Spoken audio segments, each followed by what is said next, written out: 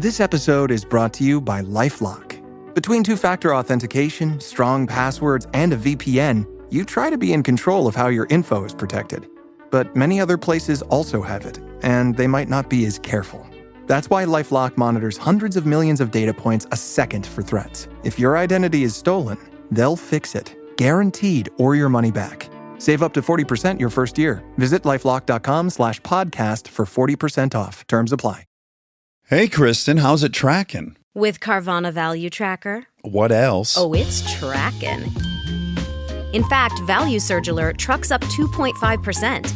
Vans down 1.7%. Just as predicted. Mm-hmm. So, we gonna... I don't know. Could sell, could hold. The power to always know our car's worth. Exhilarating, isn't it? Tracking. Always know your car's worth with Carvana Value Tracker. The Roger Stone Show. Entertaining and informative on the Red Apple Podcast Network.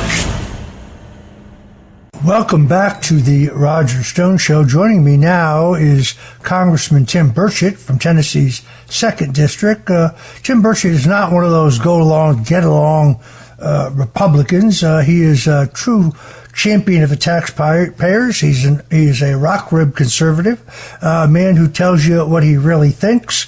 Sometimes he's not that popular with the leadership because of that, but that's why I love him. Congressman Tim Burchett, welcome to the Roger Stone Show. Mr. Stone, it's always an honor and a very much a privilege to be with you today. So I was shocked to learn that some of our U.S. tax dollars are making their way to the Taliban. You had at least 13 brave service members among your constituents who lost their lives in the Afghanistan withdrawal. In order to make sure that our tax dollars don't continue to flow to terrorists, you took action. Tell us about the status of your bill, H.R. 6586.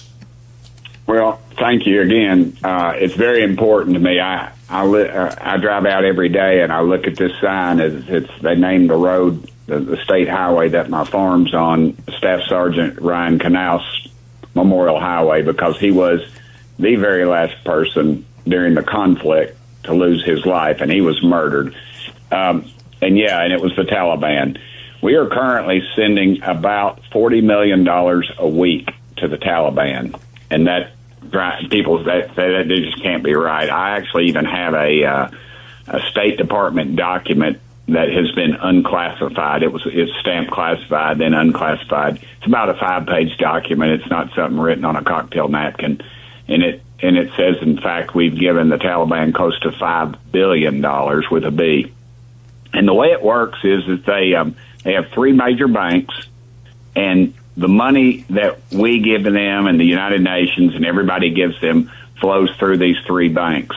And in every transaction, the Taliban control the banks. So I don't know that you technically say they own them, but I don't guess they need to own them. And they take their cut right off the top. I always tell everybody the Lord takes 10% with tithe. The Taliban takes a heck of a lot more.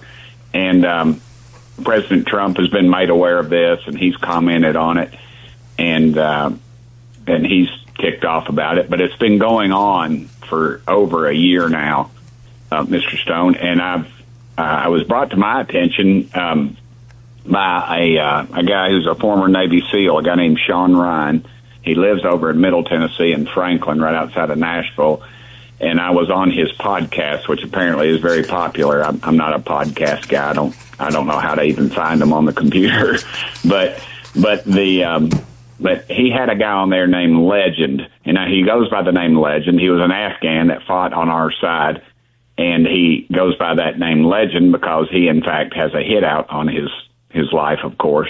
And he lives here, and he travels in and around the world, and I know him very well, and he's a very patriotic man. He loves America, which is great.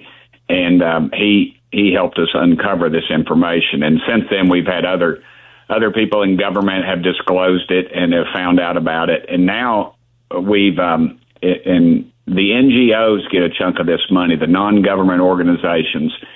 And people would be shocked to know that close to 1,000 NGOs are now operating in Afghanistan. 1,000, if you can imagine that. Now, Elon Musk told us that in a closed-door meeting, there was a half a dozen, myself, Marjorie Taylor Greene, and several others.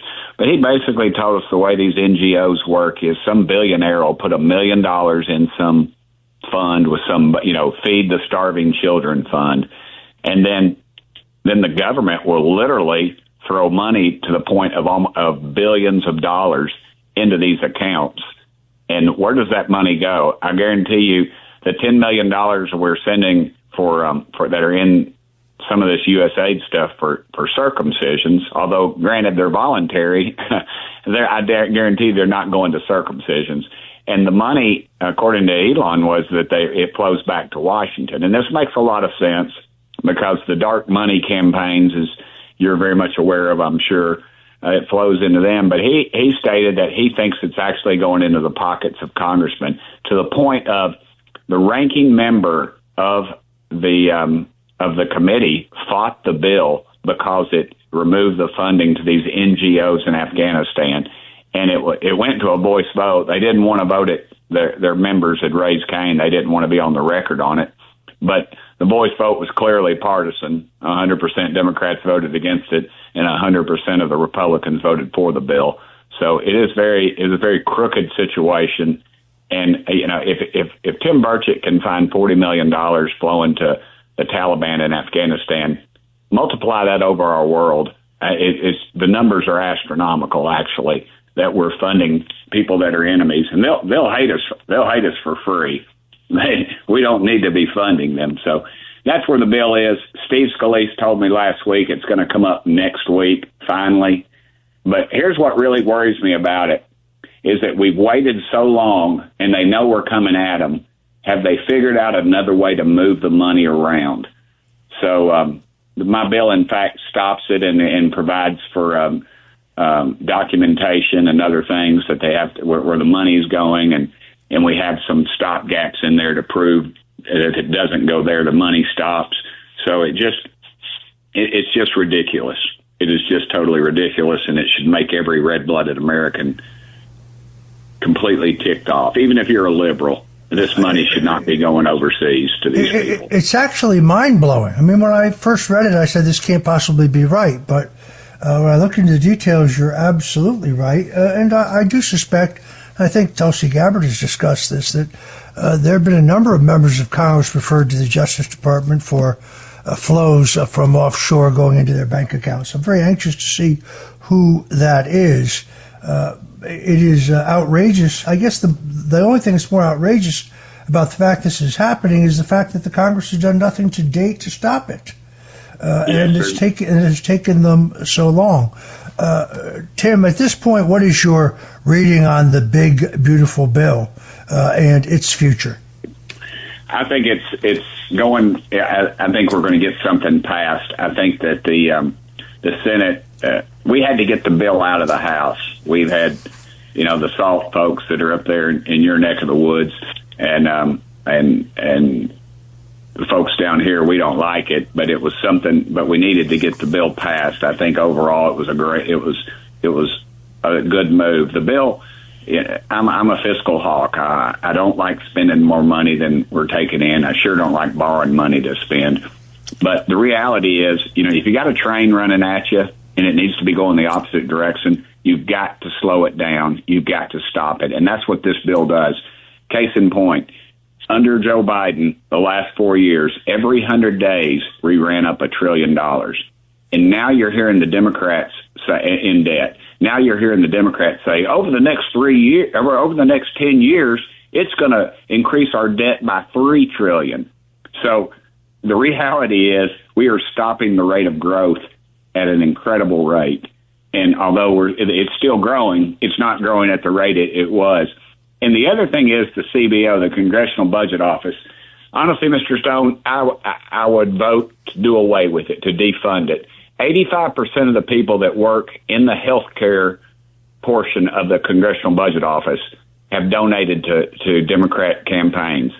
They are registered Democrats, 85%. We're not going to get Washington, D.C. better than I do. I mean, you've forgotten more about the shenanigans up there than I'll ever know. But the truth is that these are partisan hacks that work within the federal government.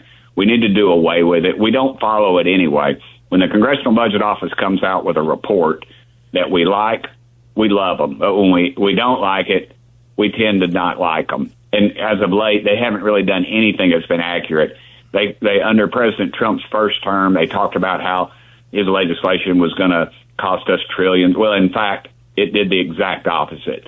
They're obviously not very capitalist heavy over there. They don't believe in capitalism. And the bill will be changed when it comes back from the Senate. And I predict that it will be a much better bill. It'll be more fiscally sound. But what we had, and I think we'll, like they say, how do you eat an elephant one bite at a time? I think we'll see many revisions, but ultimately I think it's going to pass, and I think it is a good thing for this country. Well, if it doesn't pass, it means we have a 68% tax increase on the American people. That alone. Yes, sir. So neither one of us argues that it's perfect. Not at all. There's a lot of AI stuff in here I really don't like. And hopefully that can come out in conference or come out down the road. But you're absolutely right. The Congressional Budget Office scoring is virtually always wrong.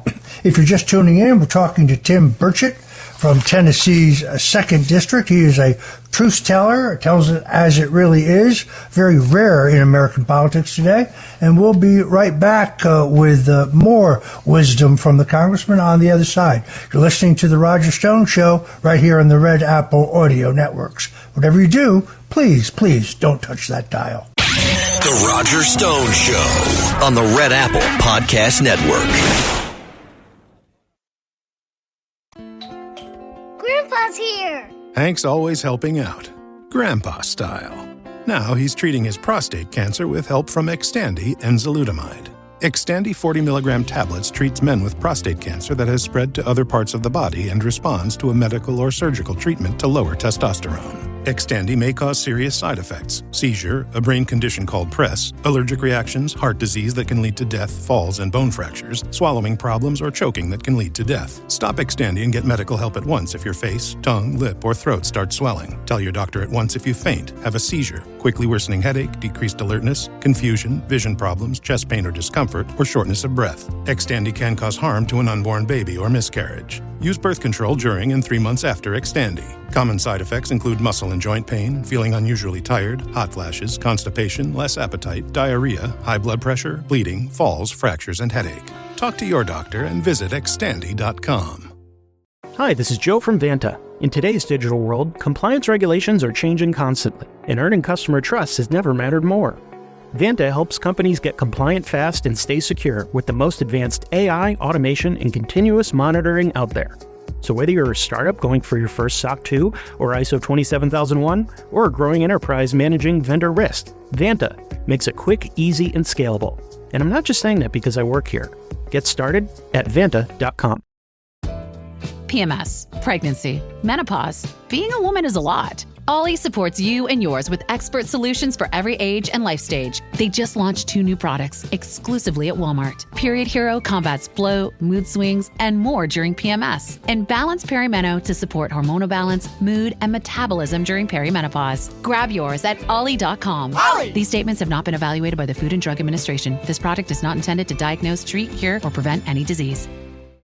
¿Hablas español? Sprichst du Deutsch? Kann du Norsk? If you used Babbel, you would. Babbel's conversation-based techniques teaches you useful words and phrases to get you speaking quickly about the things you actually talk about in the real world, with lessons handcrafted by over 200 language experts and voiced by real native speakers. Babbel is like having a private tutor in your pocket. Start speaking with Babbel today. Get up to 55% off your Babbel subscription right now at babbel.com/Spotify. Spelled BABBEL.com/Spotify. Rules and restrictions may apply.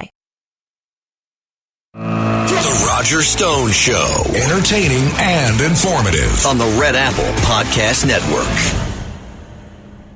And we're back. We're talking to Congressman Tim Burchett from Tennessee's 2nd District. Although he served 8 years as mayor of Knox County, his well as serving with distinction in the state legislature, both in the House and the state Senate. I kind of think of him as the anti-politician in that he actually tells you what he thinks, and he's not shy about it. He's a champion of the taxpayers. He's a champion of our veterans. He is a champion of the America First agenda, and we're happy to have him as our guest today. I was reading the other day that as the president was negotiating this tariff war with our trading partners, that my congressman, Jared Moskowitz, was making a killing in his stock trading. What is it going to take before the U.S. Congress outlaws stock trading, insider trading, by members of Congress? I don't think they ever will, Mr. Stone, but I'm working, believe it or not, a bipartisan group, Paul, I can't remember how you say her name, but AOC and Chip Roy and me and a couple others are working on a bipartisan bill to do just that. It's a disgrace. You ought to go on, if you're ever on, there's a website called Unusual Whales, and it lists the top 100 people that in the stock market in Congress. And unfortunately, or fortunately, I guess I'm not on that list. My wife always jokes about it. I have an $11,000 portfolio that my buddy Tommy Seiler manages, and we should all be just in mutual funds if you're in Congress. More people have played in the have played professional baseball than have been in Congress. And we ought to treat it as an honor. It's not a way to cash in, and it's just too much insider information. You know it, and I know it. My case in point on that is when we went to, we were in Ukraine, and I voted against all that, of course, but Joe Biden said we're going to give them our missile defense system. Well, when he did that, we had to re-up our missile defense system with a multi-billion dollar no-bid contract to the company that was producing our missiles. And guess who owns stock in that? Several members of Congress that served on those committees that oversaw that. And some of them had bought the stock just weeks prior to Biden make his official notice. So it goes on. It's insider trading. Just because it's legal, that doesn't mean it's right. And so hopefully we're going to get a bill out. But what my biggest fear is, we're going to pass a strong bill. It'll go to the Senate, and they'll put a tweak on it or something and send it back to us, and we won't be able to agree on it, and then it'll go away. And that's all by design. That isn't by accident. We ought to just have a blanket outlawing of stock transactions while you're in Congress or your immediate family members. But we don't have the guts to do it. And there's an old grocer in Tennessee, his name was Kaz Walker. He had a newspaper called The Watchdog. It's a free paper. And he said he would call politicians, he'd say they're crooked as a dog's leg. Well, Washington is crooked as a dog's leg. I don't know how closely you have followed the hearings looking into the release of the documents regarding the assassination of President John F. Kennedy. Your colleague, Anna Polina Luna, has done an excellent job. Unfortunately, the CIA and other elements of the government, including some at the National Archives, continue to play whack-a-mole, or I should say hide the file. There are enormous gaps in what we have seen previously. So, for example, the House Select Committee on Assassinations in the 70s did an entire investigation in which they concluded in their final report that organized crime was most definitely involved in the assassination of John F. Kennedy. Yet, not a single document, not an audio, not a video, not a document, not a transcript has mentioned the role of organized crime of the materials handed over to the American people based on an order by the president. This is shocking. They have also really hidden the documents regarding certain CIA operatives and the way they played rope-a-dope with that House Select Committee. The CIA never cooperated. There's more bombshells to drop here. I think Anna Polina Luna is doing an excellent job. Your thinking regarding the Kennedy assassination? Yes, sir. I know a lot about that. I serve on that committee, and I was the one who asked the question of the young doctor of the entrance and exit wounds, and he clearly stated, and he even had a diagram he showed. I hope people can go back and watch some of that committee, where it was very clear that the bullets came from two different directions. Lee Harvey Oswald allegedly was using what's called a Mannlicher Italian carbine. I have one of those guns, and it was my dad's, and he gave it to me. And it is the most rickety, excuse my language, but it is a piece of crap. It is written up as the only gun that never won a war. He could have bought an M1 with a scope on it through a Western Auto back then. You could buy guns that they obeyed the Constitution back then, not like now. And you could go out and buy one of those pretty easily, a much better gun for about $43, I believe it was. But they have this paper trail of him buying it. And then the gun they show holding up, the famous picture, is actually a German Mauser, and I have one of those as well. But my point is this: that whole thing has been, America was lied to. The CIA is protecting. Who are they protecting? They're just protecting their name. It's almost like a pride thing with them. And you are correct. Organized crime was all over that thing. They had a reason to do it. They had access. They had people on the ground, and that thing just stunk all the way up. And they're clearly shielding for something. And those days need to go. And they keep talking about these files they're going to turn loose, and they just keep. And I think the biggest fear I have with those files is that they don't show that they're things that have been disproven, and they'll just be reopening another can of worms. I just wish the CIA would be more forthcoming with the information and quit playing this, like you said, whack-a-mole with us. Yeah, it is indisputable that the Dallas police conduct a paraffin test on Lee Harvey Oswald, and he has no powder burns on his chest or his arms or his hands or his cheeks. So he could not possibly have fired the sleekly World War II vintage Italian carbine. And then, as you point out, there's not only an AP photo of a Dallas police officer holding the Mauser above his head, but the photo of Lee Harvey Oswald, which many believe was fabricated, show him having this precision German shooting instrument. So Lee Harvey Oswald would have had to get off 3 shots that no American sharpshooter in the military has been able to duplicate, run down 4 flights of stairs, hide the rifle, then run down 4 flights of stairs, only to be seen by a Dallas police officer while he casually ate his lunch. The man who shot from the 6th floor is Malcolm Mac Wallace. He left his fingerprints on the windowsills and on the cardboard boxes, the so-called crow's nest. You can check out my book, The Man Who Killed Kennedy, The Case Against LBJ. It was a conspiracy that involved the CIA, organized crime, big Texas oil, but cui bono. Who benefits? All right. I want to thank our good friend, Congressman Tim Burchett from Tennessee's 2nd District for joining us. To all of the rest of you out there, thank you. Until next Sunday, God bless you and Godspeed. The Roger Stone Show on the Red Apple Podcast Network. News Over Noise is a podcast that helps you separate inflammatory spin from good, fact-based journalism. We talk about what makes for good and not so good reporting and share strategies for how you can balance your desire to stay informed with the need to protect your well-being.